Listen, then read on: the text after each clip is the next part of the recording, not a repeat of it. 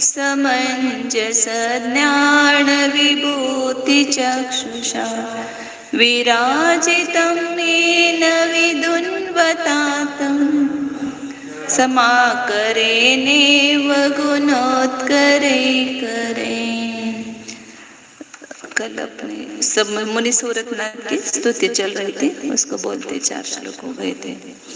अधिगत मुनि सूरत स्थितिर्मुनि वृषभो मुनि सूरतो नग मुनि परिषदि निर्बभौ भवा नुड परिषद परिवीत सोमवत् परिणत शिखि कंठरागया कृत मदने ग्रह विग्रहाभया तव जिन तपस प्रसूतया ग्रह परिवेश रुचेव शोभितं शशिरुचि शुचि शुक्ल लोहितं सुरभितरं विरजोनिजं वपु तव शिवमति विस्मयं यते यदपि च वाङ्मनसि यमीहितं स्थितिजनन निरोधलक्षणं चरम चरं च जगत्प्रतीक्षणम् इति जिन सकलज्ञलाञ्छनं वचनमिदं वदतां वरस्यते। जय बोलो आचार्य समंतभद्र स्वामी, जय बोलो पर चारित्र चक्रवर्ती समाधि सम्राट आचार्य शांति सागर जी महाराज की, जय बोलो प्रातः स्मरणीय गुरुदेव समंत भद्रमणि महाराज की, जय बोलो परम पूज्य आचार्य प्रवरेक्षार सुंदर सागर जी महाराज की, जय बोलो परम पूज्य मम दीक्षा गुरु वात्सल्य सिंधु आचार्य सुयश सागर जी महाराज की जय।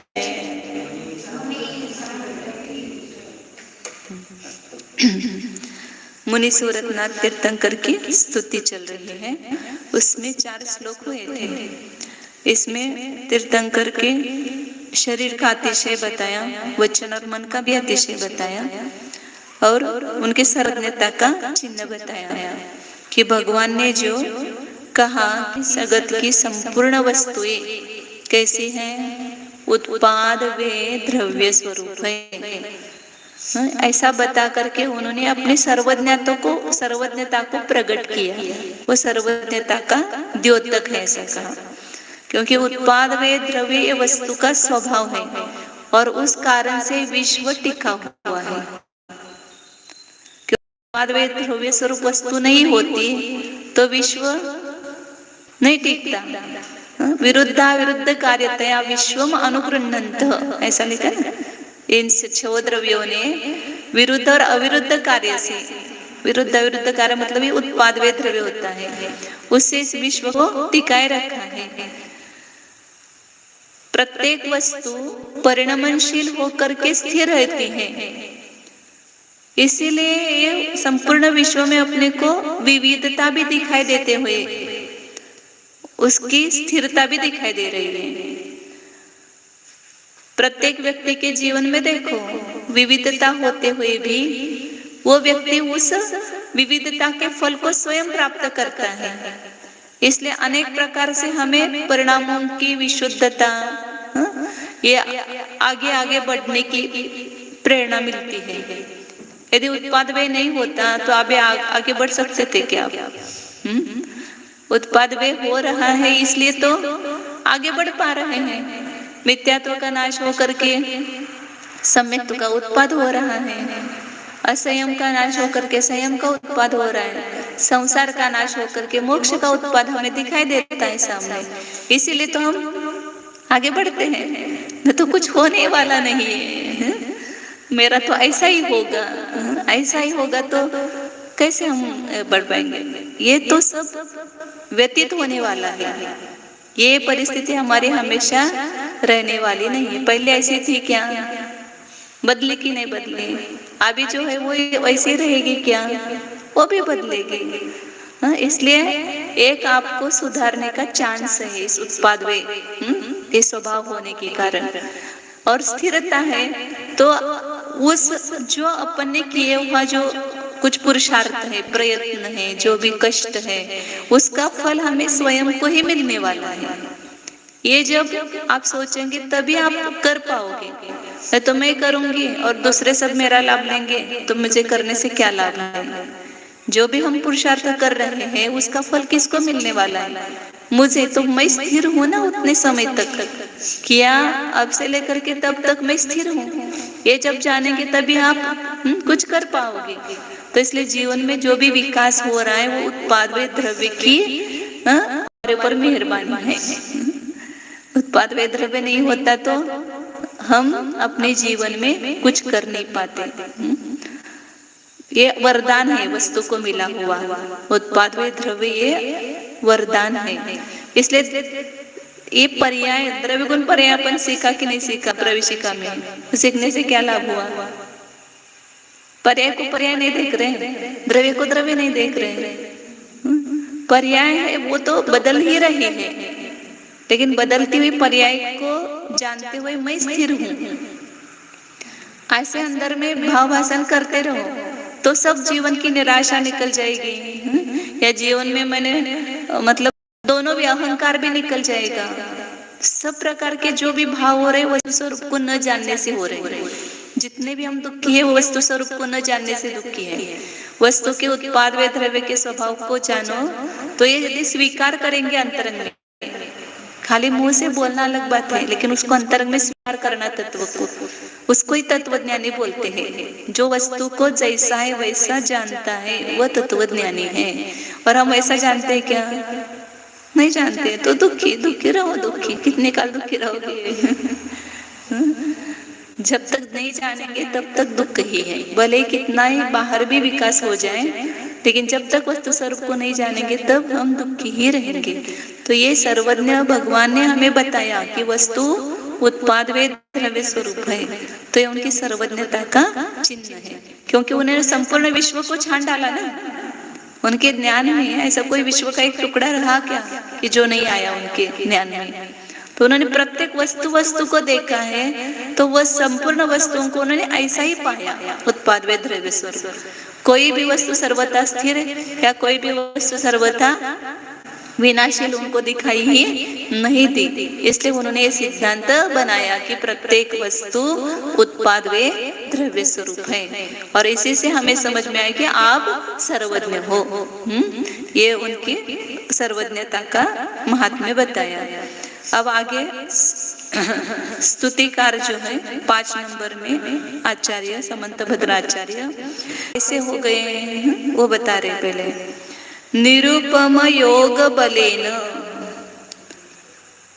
अष्टकम दुरितमल कलंकम निर्दहन। आपने 8 प्रकार के कर्म, कैसे वे? दुरितमल कलंकम, पाप रूपी मल का जो कलंक है, कहाँ पर है?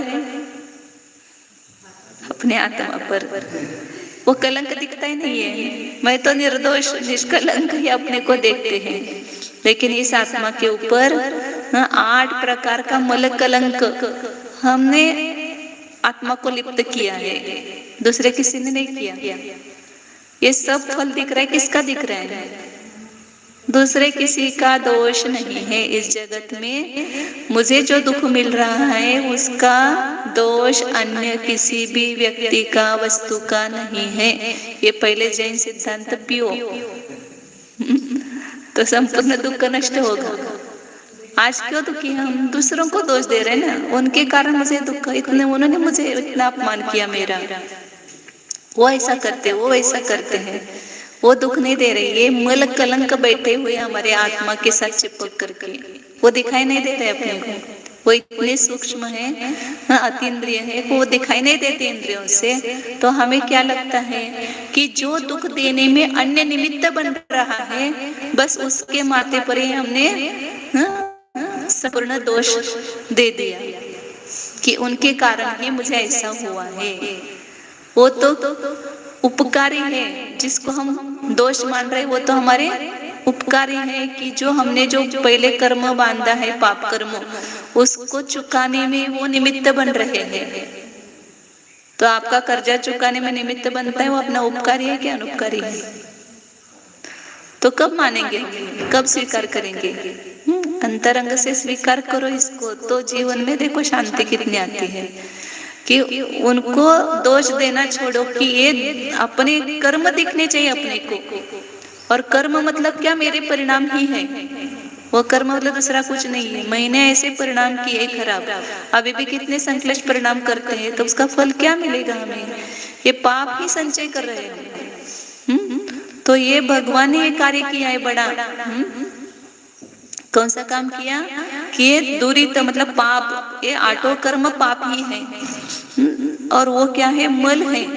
ये स्वभाव को अपने ढक रहे, आच्छादक है, स्वभाव को प्रकट नहीं होने देते हैं। तो इसलिए हमें लग रहा है कि सब ऐसा ही है। उसका उसमें छिपा हुआ जो अपना स्वभाव है वो हमको प्रकाशित ही नहीं हो रहा है, क्योंकि उसके ऊपर एक कर्म का आवरण, भाव कर्म और द्रव्य कर्म का आवरण आया है। क्योंकि द्रव्य कर्म अकेला नहीं होता है, उसके साथ में भाव कर्म जुड़ा हुआ है। जो कर्म है, कर्म के उदय से औपाधिक भाव बन रहे हैं, उसके कारण अपना स्वभाव दिखाई नहीं देता। इसलिए इसको कलंक कहा इसे। ये पाप रूपी मल यही वास्तव में कलंक है, दूसरा कोई कलंक नहीं। दूसरा कोई थोड़ा सा अपने को दोषारोपण करता है तो क्या लगता है मुझे कितना कलंकित किया उन्होंने। दूसरा कोई कलंकित नहीं कर रहा है। हम जो भी पाप कमा रहे हैं वो हमारा कलंक है वास्तव में। दूसरा कोई अपने को दोष दे, उससे अपने को कोई कलंक नहीं लगता है, कोई अपवाद नहीं होता है, कोई अपनी निंदा नहीं होती है। अपनी निंदा, अपना कलंक अपना परिणाम है। बाकी कोई इस जगत में अपने को कलंकित करने वाला नहीं है। अपने परिणाम शुद्ध रखो। कोई कुछ भी कहे जगत का, अपने को कुछ लगेगा ही नहीं, उसका थोड़ा सा भी असर नहीं होगा। लेकिन हम इतने अंदर से स्ट्रांग होना चाहिए कि मैं जो कर रहा हूँ वो अपने परिणामों की परीक्षण अपने को स्वयं करना है कि मैं किस परिणाम के निमित्त से ऐसा काम कर रहा हूँ।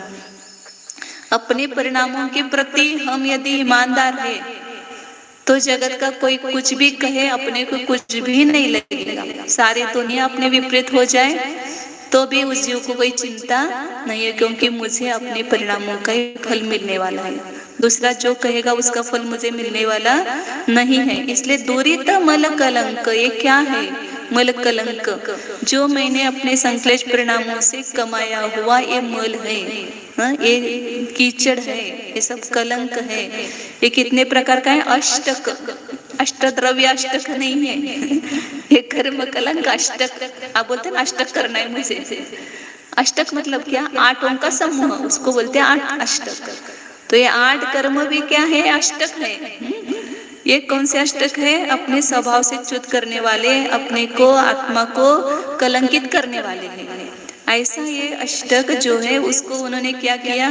ये ज्ञानी को दिखता है, इसलिए वो अन्य सब कार्यों से निवृत्त होकर के अपने तपश्चरण में क्यों लीन होते हैं?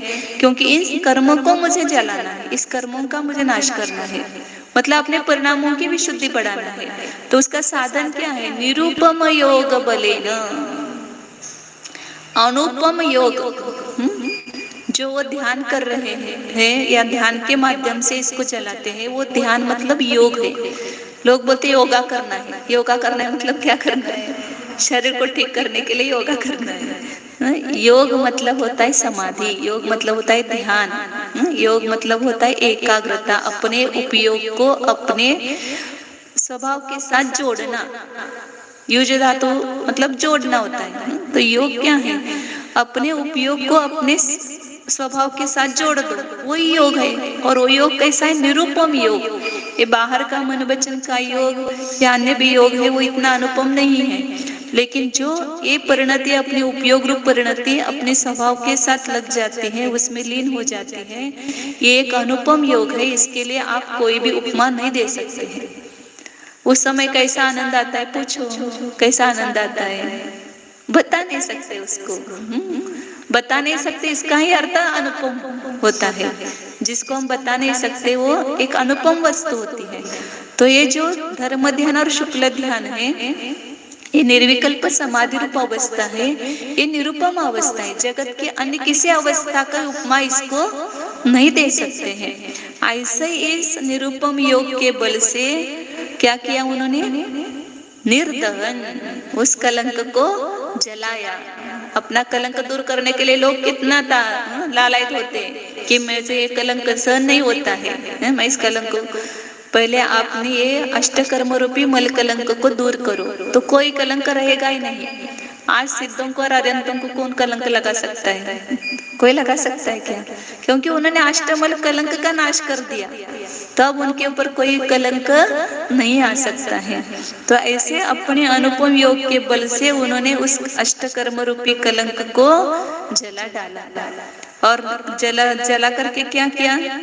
जलाया मतलब ये सब उपचार है, उन्होंने कुछ नहीं किया, बस अपने योग में स्थित हो गए। और उस योग में ऐसा आनंद आया, ऐसा आनंद आया कि उस आनंद में वो सब अपने आप चल गए। आनंदो निर्दहम उद्गम, कर्मों के समूह को वो आनंद ही जलाता है। आनंद के बिना कर्म की निर्जर नहीं होती, इतना आप हमेशा ध्यान में रखना। जब आपको आनंद आया स्वभाव के आश्रय से, समझो आपके कर्म नष्ट हो गए। वो आनंद ही अपने कर्म की निर्जरा करता है। और आपको दुख हो रहा है, कष्ट हो रहा है, तो वहां पर निर्जरा नहीं होगी। अंतराय आया, केशलोच कर रहे हैं, आनंद आ रहा है, तो क्या हो रहा है वहां पर? कर्म के केस नहीं झड़ रहे हैं, कर्म झड़ रहे हैं सब। वो बाल उखड़ रहे हैं, उसके साथ में कौन उखड़ रहा है?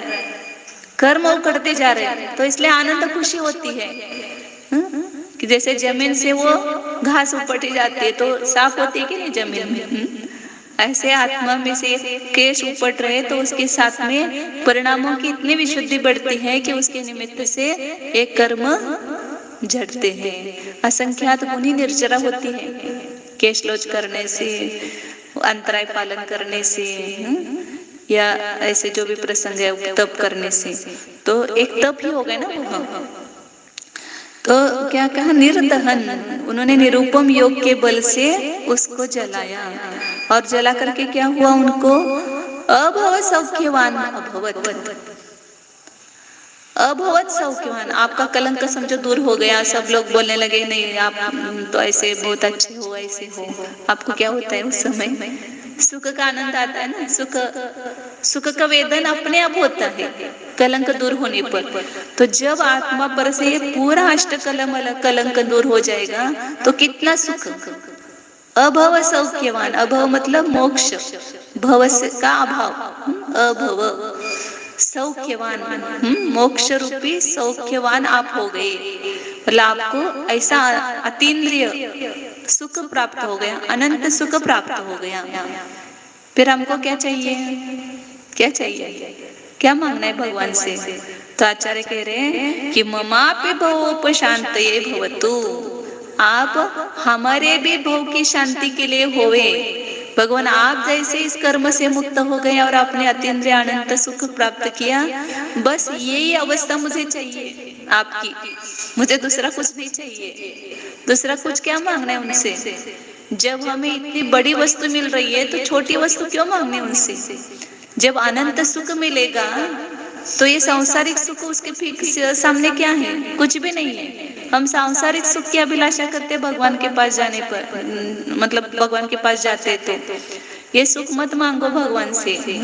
भगवान तुमको तो ये कहो कि जो सुख आपको मिला है वो सुख मुझे चाहिए, मुझे सांसारिक सुख की जरूरत नहीं है। क्योंकि संसार में कितना भी बड़ी संपत्ति मिल जाए, कितनी भी अनुकूल अवस्था प्राप्त हो जाए, वो क्षणिक है, वो हमेशा टिकने वाली नहीं है। ध्रुव अनुपम सुख नहीं है वो क्षणिक है सुख। इसलिए इस सांसारिक सुख की इच्छा करना ही गलत है। तो कौन सी इच्छा करे आचार्य? याचना करे भगवान से थोड़ी ईर्ष्या करो ना। जैसे लौकिक में ईर्ष्या करते, उसका इतना भला हो गया, वो इतना आगे चला गया, वो इतना सुखी हो गया, मैं कब होऊंगा? माँ से झगड़ा करेंगे, उस बहन का अच्छा हो गया, मेरा क्यों नहीं हुआ? मतलब एक सामान्य बता रहे। वो जैसे लौकिक में हम उनके साथ ईर्ष्या करते हैं, उनके सुख की कामना करते हैं, ऐसे भगवान के पास जाने पर उनके सुख की कामना करो, और उनसे ईर्ष्या करो। आपको मिल गए, हमको क्यों नहीं?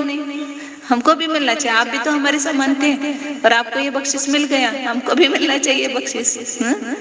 तो भव पर शांत ये भव, तो भगवान मेरे भी भव की शांति करो, मुझे भी आपके जैसा सुख प्राप्त हो। तद्गुण लब्धये, आपके गुणों की प्राप्ति मुझे हो। जिन गुण संपत्ति हो मज्जम, कितने बार बोलते, लेकिन विकल्प उधर जाता है क्या? मुझे जिनेंद्र भगवान के गुणों की संपत्ति प्राप्त हो। दिन भर में अभी तो हम कितने 25-50 बार बोलते होंगे, जिन गुण संपत्ति हो मज्जम।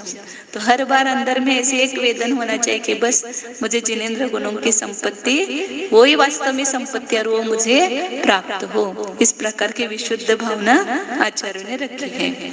अब आगे नमिनाथ भगवान की स्तुति करते हैं। स्तुति स्तोतु साधो कुशल परिणामाय सतदा।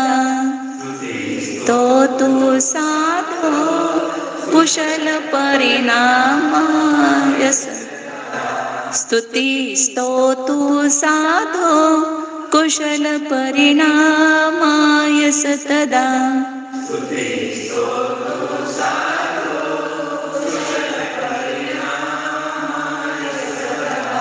भवेन्मा वा स्तुत्य फलमपि ततस्तस्य च सत।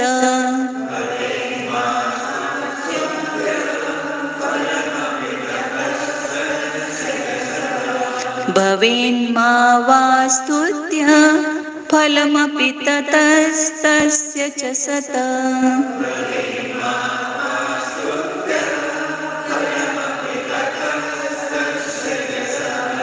किमेवं स्वादिन्या जगति सुलभे श्रायसपथे।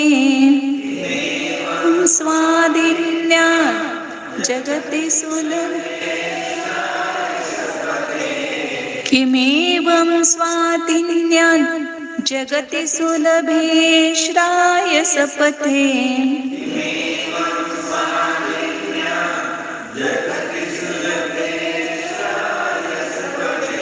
स्तुयान्नत्वां विद्वान् सततमभिपूज्यं नमिजिनम्।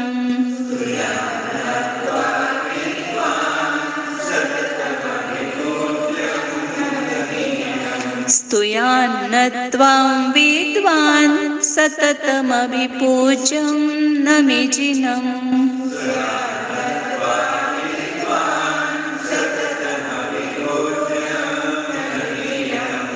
स्तुति स्तोतु साधो कुशल परिणामाय सतदा।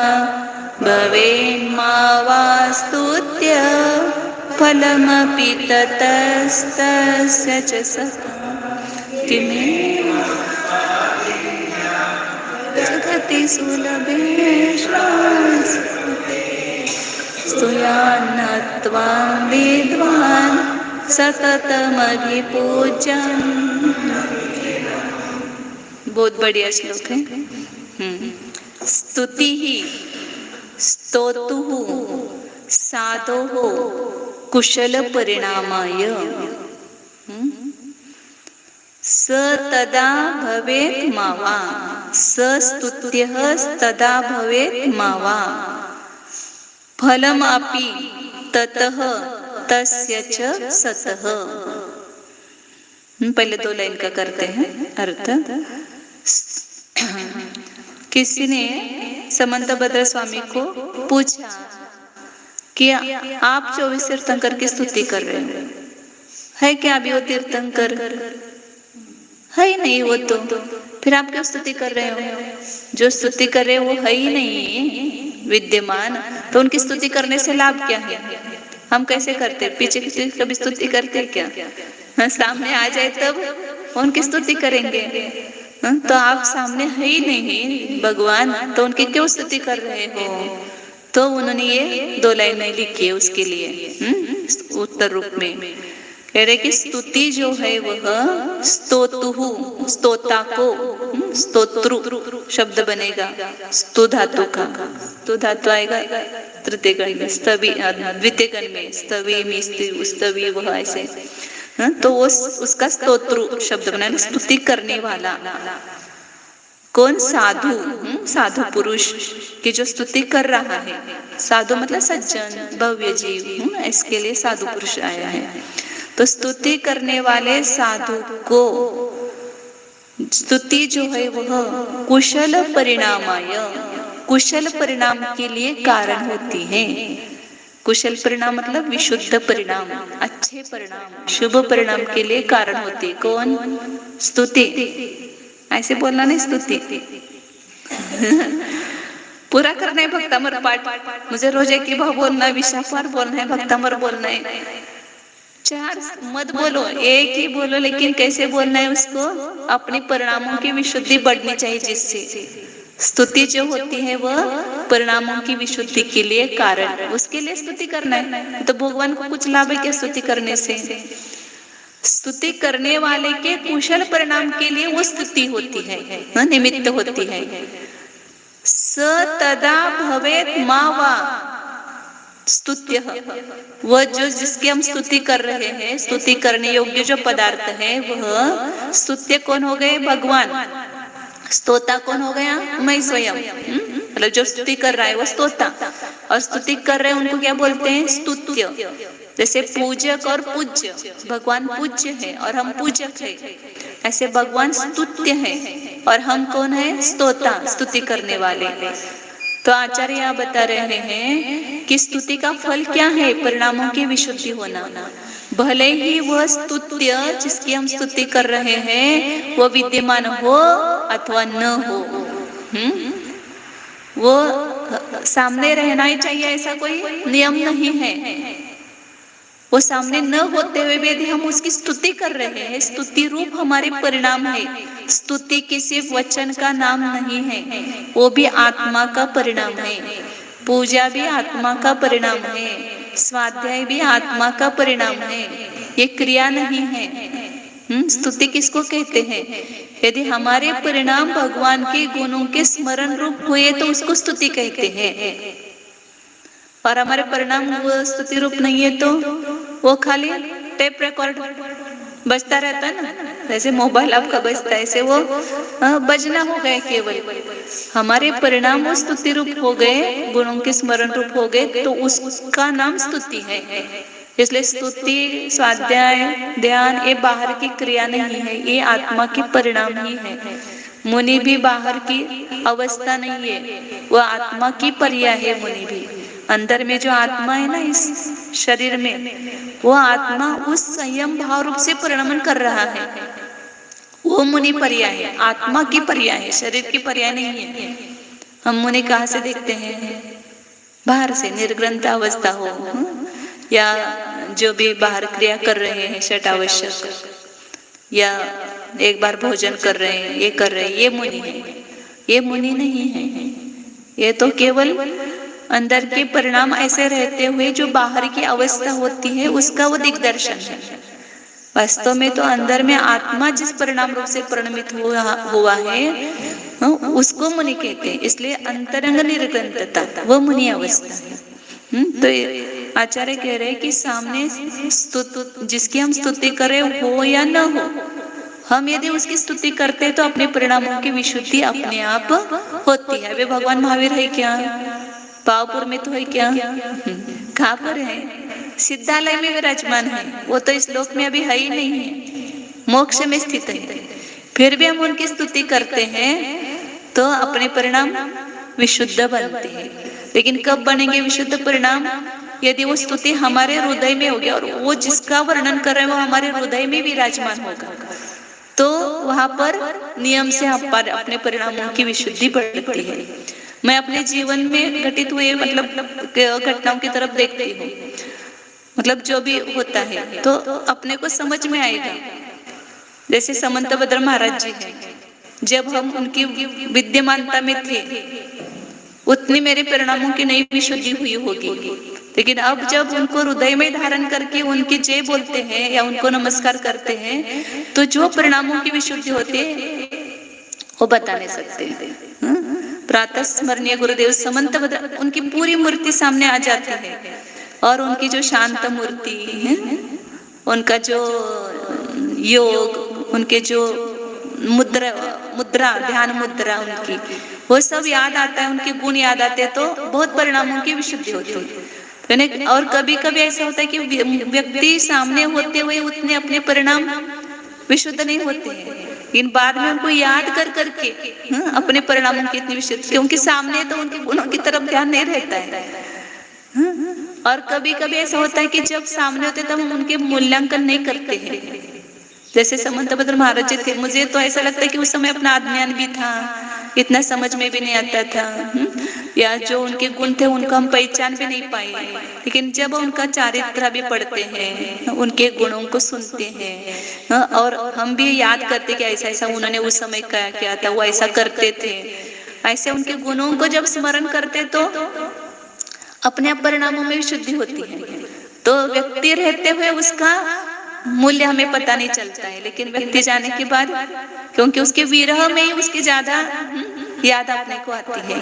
जैसे हम सूर्य,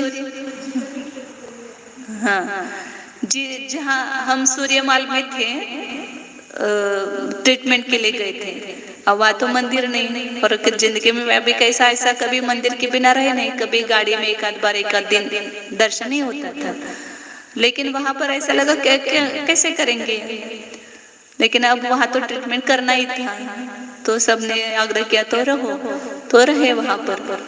लेकिन मैंने वहां पर जो पूजा की वो यहाँ भगवान के सामने नहीं होती थी। मैंने ऐसे अनुभव किया जीवन में बहुत सारे, कि जो अभी भी वो याद है विशुद्धि थी, उस समय जो पूजा करते हुए विशुद्धि बढ़ी थी। 2-4 बार तो बहुत मतलब ऐसे कि आदिनाथ भगवान को याद करते, सामने आदिनाथ भगवान है बैठे हुए स्वयंभू मंदिर में, और हम उनके सामने बैठ करके पूजा कर रहे, ऐसे कल्पना करके करते थे, और वो भगवान ही यहाँ हृदय में विराजमान करते थे। सामने भगवान है तो हृदय में विराजमान करो, यहाँ स्थापित करो, यहाँ बुलाओ। अपन बोलते हैं अत्र अत्र अवतर अत्र तिष्ठ तिष्ठ, कहाँ पर? उधर नहीं इधर इधर आओ, यहाँ पर मेरे हृदय रूपी सिंहासन पर आप विराजमान हो जाओ। तो इतनी विशुद्धि बढ़ती थी वहां पर, बहुत अच्छी पूजा होती थी। अब हम विहार करते हैं, 8-8 दिन मंदिर नहीं है, भगवान नहीं है, तो क्या परिणामों की विशुद्धि नहीं बढ़ती है क्या? तो वहां पर भी यदि भगवान अपने हृदय में है तो कहीं भी रहो, परिणामों की विशुद्धि भी हुए बिना नहीं रहेगी। अब जब भी हम सावरगांव के पार्श्वनाथ को याद करते हैं तो अंदर में ऐसा आह्लाद आता है, सामने बैठ करके ध्यान किया उस समय भी आनंद आता है, लेकिन अभी भी उनको स्मरण करो तो भी वो आनंद आता है, क्योंकि उनके गुणों का स्मरण करने से, उनका ध्यान करने से अपने परिणामों की विशुद्धि होती है। ऐसे आप भी जीवन में अनुभव करके देखो, ये सत्य है कि नहीं है। तो जिनकी स्तुति कर रहे हैं वो हमारे हृदय में होना चाहिए, तो परिणामों की विशुद्धि बढ़ेगी। और खाली रूढ़ी मात्र ऐसी पूजा करेंगे, ऐसी स्तुति करेंगे, तो उस समय इतनी विशुद्धि नहीं बढ़े। भले आप पाप से थोड़े बचेंगे, थोड़ी बहुत मंद कषाय होगी, लेकिन वो आनंद नहीं आएगा। तो इसलिए आचार्य कह रहे कि वह स्तुत्य, जो स्तुति करने योग्य वस्तु है, वह भले हो या न हो। भगवान नमीनाथ भगवान अभी सामने नहीं है हमारे, लेकिन फिर भी हमारी जो स्तुति है वो हमारे परिणामों को विशुद्ध करने के लिए कारण होती है। स्तुति स्तोतु साधो कुशल परिणामाय स तदा, तदा मतलब उस काल में, उस क्षेत्र में, या उस काल में भले हो या न हो। फलमपि ततः तस्य च सतः फलमपि भवेत् मावा, इधर भी लगाना है। तस्य ततः तस्य, उस स्तुति करने से, उस स्तुति करने वाले को, स्तुति करने वाले सत्पुरुष को, सतः मतलब सत्पुरुष लेना, वहां पर भी सतः, वह भी षष्ठी का एक वचन है। तस्य सतः मतलब उस साधु को, उस स्तुति करने वाले को फल हो अथवा न हो। फल क्या चाहते हैं? स्वर्ग सुख मिले, लौकिक सुख मिले, या कुछ भी मिले, वो फल जब मिलेगा तब मिलेगा। अभी फल नहीं है, लेकिन फिर भी जो कुशल परिणाम होते हैं, विशुद्ध परिणाम, ये वो वास्तव में स्तुति का फल है, ये साक्षात फल है। जब हम स्तुति करते उस समय ही मिलने वाला फल क्या है? अपने परिणामों की अनंत गुणी विशुद्धि। और जब अनंत गुणी विशुद्धि हो रही तो तात्काल क्या हो रहे हैं? असंख्यात गुणी कर्म की निर्जरा। इसलिए उसके कारण बताए ना, अनिवृत्तिकरण परिणाम, भक्ति, शास्त्र, स्वाध्याय, ये सब उसके कारण है, असंख्यात गुणी कर्म निर्जरा के। धवला में भी आया है वहां पर। स्वाध्याय भी ये असंख्यात गुणी निर्जरा का एक साधन है। लेकिन अपने परिणामों की तरफ अपना ख्याल होना चाहिए, परिणाम तदनुरूप होना चाहिए। और जितने आप परिणाम जितने अंश में तदनुरूप होते हैं उतने अंश में ही वहां पर अपने को साक्षात फल मिलता है, उसका उतना आनंद मिलता है। जितने एकाग्र करो उतने ज्यादा विशुद्धि बढ़ती है। इसलिए मैंने पहले भी एक बार बोला था कि उपयोग ये अपनी कीमत है। दुकान में जाने पर, दुकान में आप जाते हो तो वहां पर कैसी वस्तु मिलती है आपको? जो दाम देते वैसे वस्तु मिलती है ना। सभी प्रकार की वस्तुएं रहती है दुकान में। 200 रुपए साड़ी से लेकर के 2 लाख क्या कितने हैं मुझे पता नहीं, 20,000 कितने, सब प्रकार की क्वालिटी रहते हैं। तो कौन सी मिलेगी साड़ी आपको? जितने आपके पास पैसे होंगे उसके अनुसार मिलेगी ना। तो ऐसे आपके पास उपयोग रूपी कीमत जितनी होगी उतनी अच्छी वस्तु आपको मिलेगी। इसलिए हमेशा ख्याल एक उपयोग का रखना। सबसे संभालने योग्य वस्तु अपना उपयोग है। बाकी दुनिया में कोई संभालने से संभलता नहीं है, लेकिन एक उपयोग ऐसी चीज है अपने स्वाधीन की, उसको हम संभाले तो हम संभल जाते हैं। और उस उपयोग को नहीं संभाले तो कितना घर में रह करके क्या क्या कमाया, संक्लेश परिणाम करके, मतलब अपने उपयोग से सब बिगड़ गया ना। इसलिए साधुओं की संगति में हमेशा रहने के लिए कहा है कि अपना उपयोग नहीं बिगड़ता है, क्योंकि रोज वहाँ टॉनिक मिलता है दवाई मिलती है, तो उससे अपने परिणाम बिगड़ते नहीं हैं। तो इसलिए आचार्य कह रहे कि वो फल अपने को साक्षात अभी मिले न मिले, लेकिन नियम से परिणामों की विशुद्धि होती है। इसलिए किम एवं स्वाधीन्या जगति सुलभे श्रायस पथे। आचार्य अपने को प्रश्न कर रहे हैं कि ये मार्ग कैसा हो गया फिर? न स्तुत्य के आधार से हम मतलब उसके अवलंबन लेना पड़ता है, ना फल का अवलंबन लेना पड़ता है। स्वाधीन हो गए ना मार्ग। तुम जब भी स्तुति करोगे आपको विशुद्ध परिणाम मिल रहे उसके बदले में। तो कितना स्वाधीन हो गया मार्ग। मंदिर हो न हो, कोई अपने को किसी को जेल में रखा तो उन्होंने जेल में भी भगवान की भक्ति की, तर गए कि नहीं गए? मानतुंगाचार्य है, समंत भद्राचार्य, उनको भी किया। अभी आपको एक करकम के कौन है, मोतीचंद जी, उनको जेल में रखा तो 2 महीने तक उन्होंने केवल भगवान की भक्ति और स्वाध्याय किया। उनका 20 पाउंड वजन बढ़ गया जेल में। ऐसे उनका मतलब ये है। तो स्वाधीन है मोक्ष मार्ग। मैं कितने लोगों को जाकर वो जैसे बिस्तर पर पड़े, मैंने कहा बहुत अच्छा है, आपको धर्म बाहर नहीं है, धर्म अपने अंदर है, भीतर। आपको इतना टाइम मिला है, बस आप तो जाप जपते रहो, भगवान का स्मरण करते रहो और अपने परिणामों को सुधारो। लोग कैसे मैं मंदिर में नहीं जाती हूँ, जा सकती हूँ, तो रोने लगते हैं। ठीक है, बरा उनकी अवस्था के अनुसार उनको होता है, मतलब वो ऐसा क्यों करते हैं ऐसा मुझे नहीं लगता है। वो एक उनकी अवस्था ही वैसी है, क्योंकि वहां जाए बिना उतने परिणामों की विशुद्धि नहीं होती। एक निमित्त है, आयतन का तो बहुत महत्व है ही, लेकिन जब ऐसी परिस्थिति अपने आ जाए तो उसके लिए रोना नहीं है कि वहां पर मैं अपने स्वाधीन है मोक्ष मार्ग है। तो आचार्य कह रहे कि स्वाधीन क्या जगत, इस जगत में यह श्रायस पथ है। श्रायस पथ मतलब मोक्ष मार्ग। ये कैसा है? सुलभ ऐसा मोक्ष मार्ग स्वाधीन होने से। इसके लिए कुछ भी नहीं करना पड़ता है मोक्ष मार्ग के लिए, बाहर की कुछ सामग्री नहीं चाहिए, केवल अपना वहां पर उपयोग चाहिए, अपना परिणाम चाहिए, बाकी कुछ नहीं चाहिए। पूरा अपने परिणाम पर ही सब निर्धारित है। तो आचार्य कह रहे कि सुलभ स्वाधीनता से ये श्रायस पथ मतलब कल्याण का मार्ग, मोक्ष का मार्ग सम्य दर्शन ज्ञान चारित्र, हाँ, दूसरे के अधीन नहीं है। ऐसे सुलभ होने पर, सुलभ क्यों है? क्योंकि स्वाधीन है। वस्तु कौन सी दुर्लभ होती है? कि जो अपने अधीन नहीं है, पराधीन है, उसको करना अपने को दुर्लभ लगता है। कोई काम करना है और सब सामग्री के लिए सबके दूसरों के अधीन रहना पड़े तो कैसे करें हम? बहुत कठिन है। क्या श्रद्धा, सबके ऊपर निर्भर रहना पड़ता है। तो मुझे इतनी आकुलता हो रही है, मैं अपने स्वयं से करती तो इतनी आकुलता होती क्या? नहीं। तो आचार्य कह रहे कि ये मोक्ष मार्ग ये कैसा है कि जो स्वाधीन है, स्वाधीन होने से त्वाम विद्वान सततम अभिपूज्यम नमीजिनम किम न स्तुयात्। जब ये हम अपने मन में या उपयोग में ही भगवान को याद करके यदि हमें फल मिलता है, ऐसा स्वाधीन यह मोक्ष मार्ग है, तो विद्वान, विद्वान मतलब ज्ञानी पुरुष, हाँ, सततम अभिपूज्यम, सतत पूजा करने योग्य ऐसे त्वाम नमीजिनम, आप नमीजिन को किम न स्तुयात्, क्यों न स्तुति करें?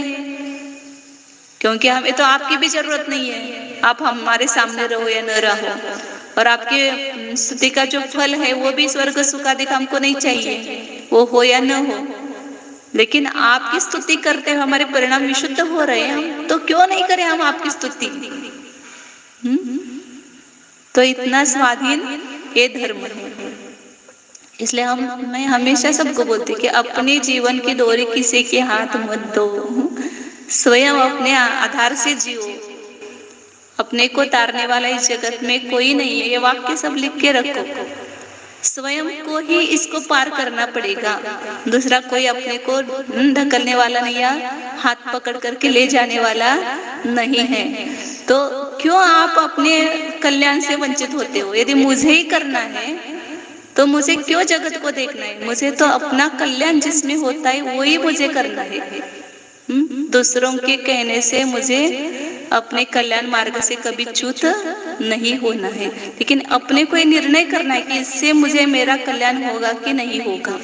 यदि वो कल्याण का मार्ग है तो उसको चुनो पहले, फिर किसी की तरफ मत देखो। तो आचार्य कह रहे कि ये स्वाधीन मार्ग आपके हाथ में है। तो कौन सा स्वाधीन मार्ग?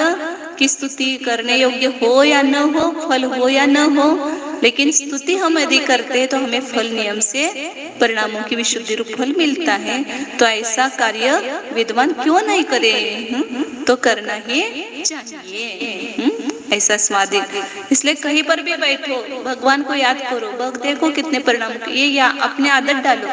इसलिए जैसे मंत्रभद्र महाराज जी भी थे, एक मंत्र हमेशा उन जपते थे, जब भी खाली समय मिलता वो मंत्र उनकी चालू हो जाता।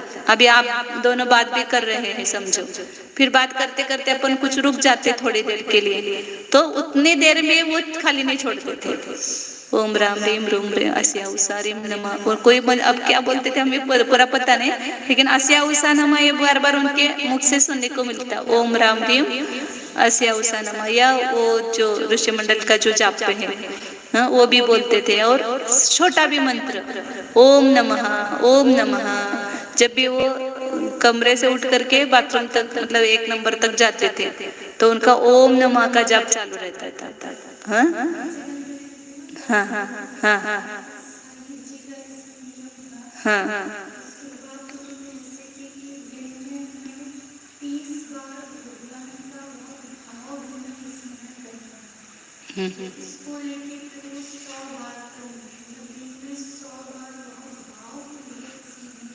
बराबर। जितना अपन नियम ले लो उतना अपना होता है। अभी मुझे भी एक दिन आबा दीदी ने कहा था कि आप मंत्र बोलते जाओ।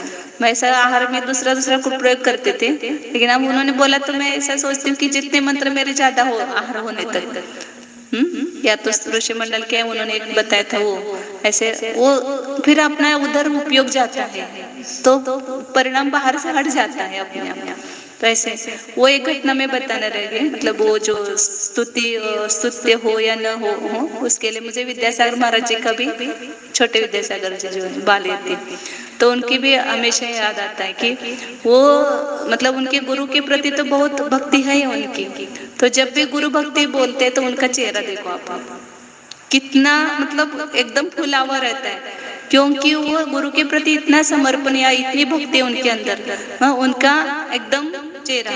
तो जब उनके गुरु का वियोग हुआ, जिस दिन समाधि हुई, हम गए थे वहां पर, तो वहाँ सब साधु रो ही रहे थे। अचानक भी हुई थी समाधि, बहुत सबके आंखों में से आंसू आता ही था, क्योंकि साधु हो तो भी एक गुरु का वियोग सहन नहीं होता, इसलिए आर्त ध्यान थोड़ा बहुत होता है। लेकिन विद्यासागर महाराज जी के सबसे ज्यादा नजदीक वो थे, लेकिन उनके आंखों में आंसू नहीं थे। तो मुझे ऐसा लगता था कि उनको बहुत होगा, लेकिन जब उन्होंने प्रवचन दिया उस समय कोई बोल नहीं सका, बोले हम नहीं बोल सकते, लेकिन उन्होंने इतना अच्छा प्रवचन दिया उसमें। जब उनकी जो अंत्येष्टि ये हो गई ना, क्या बोलते हैं, दहन क्रिया हो रही थी, तो उस समय उन्होंने ऐसा प्रवचन दिया कि कौन बोलता है कि हमारे गुरु गए हैं, गुरु तो हमारे दिल में हमेशा के लिए है। गुरु गए ही नहीं है, मेरे जैसे पहले थे वैसे ही मेरे हृदय में वो विराजमान है। इसलिए मुझे कभी शोक नहीं होता है कि मेरे गुरु गए हैं। और अभी कभी भी उनको देखो कि जब भी वो गुरु भक्ति बोलते तो उनके मतलब ऐसा चेहरा प्रफुल्लित रहता है उनका। तो अंदर वो गुरु वो बोलते हमेशा भी मेरे ऊपर 3 छत्र है। इतना गुरु के प्रति उनको समर्पण है कि एक आचार्य शांति सागर जी है, दूसरे आचार्य विद्यासागर जी और तीसरे मेरे गुरु आचार्य सन्मति सागर जी। तो भगवान के ऊपर 3 छत्र रहते, तो मेरे ऊपर भी 3 छत्र है। ये 3 छत्र मेरे ऊपर जब तक है तो मैं कभी भी संयम से डिगने वाला नहीं हूँ, या मुझे कोई भी ये नहीं कर सकता है। तो ये छत्र हमेशा मेरे ऊपर मैंने रखे हुए हैं। तो मतलब एक अंतरंग की भक्ति जो होती है ना, उससे परिणामों की विशुद्धि ज्यादा बढ़ती है। तो ये मतलब उनका मैंने देखा जीवन में, इसलिए आप ऐसा अनुभव करो तो आपको भी समझ में आएगा।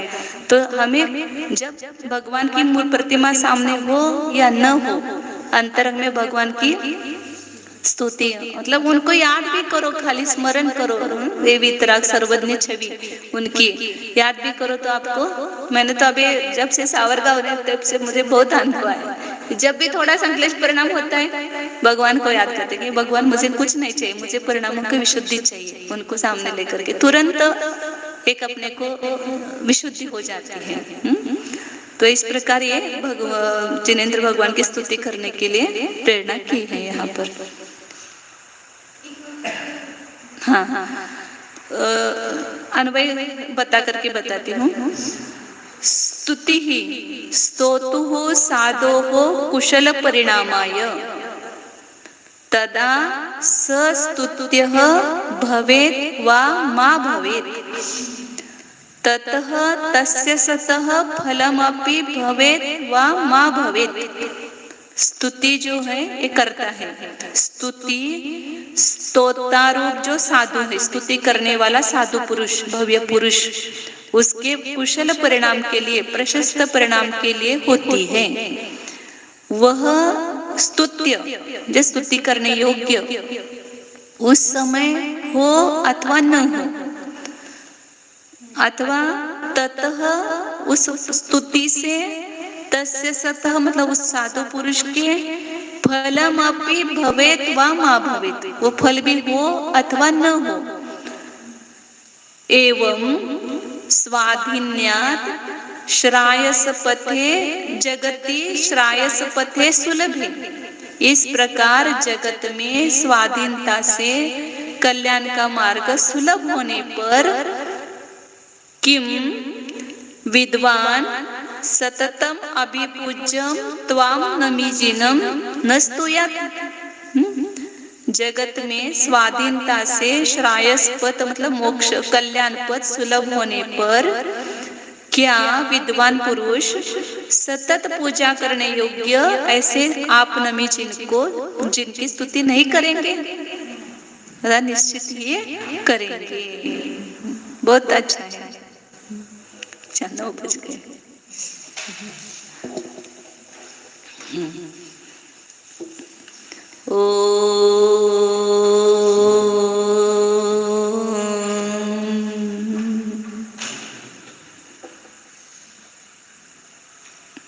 जानिए, यह मैं शुद्ध चैतन्यमय जीव ही है।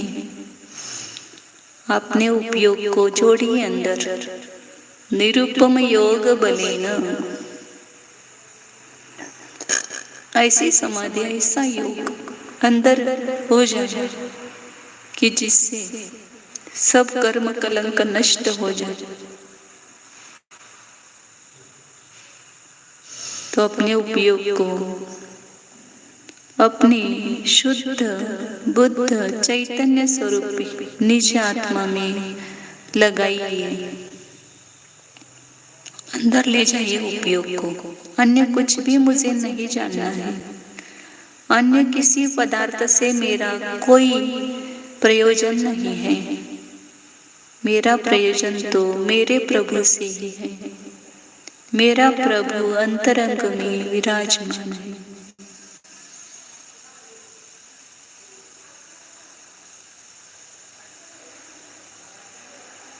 शुद्ध चैतन्य सत्ता स्वरूप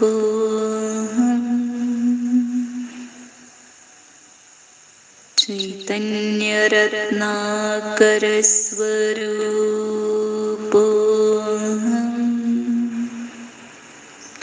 ज्ञानानंद स्वरूप टंकोत्कीर्ण न्यायक स्वरूप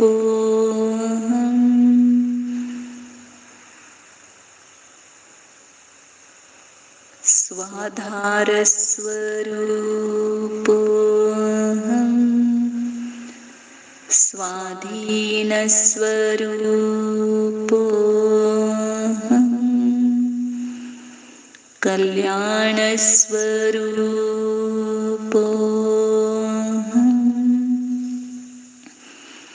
निसंग स्वरूप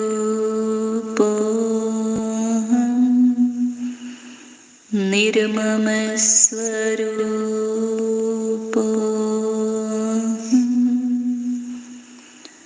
टंकोत्कीर्ण न्यायक स्वरूप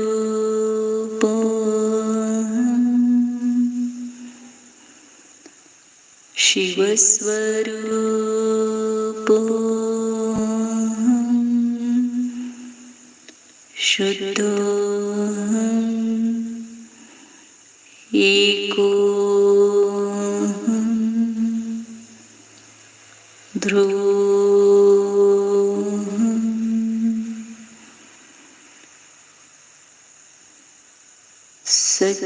सच्चिदानंदो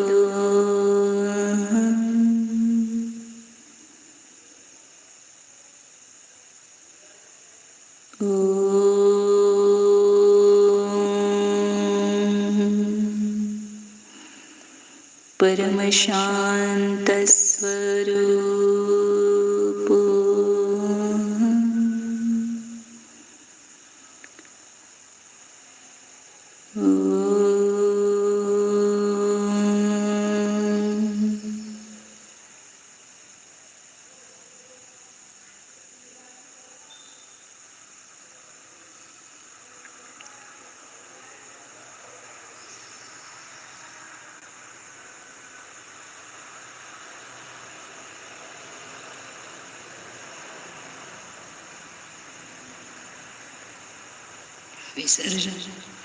नमो अरिहन्ताणं नमो सिद्धाणं नमो आयर्याणं नमो अच्छायाणं नमो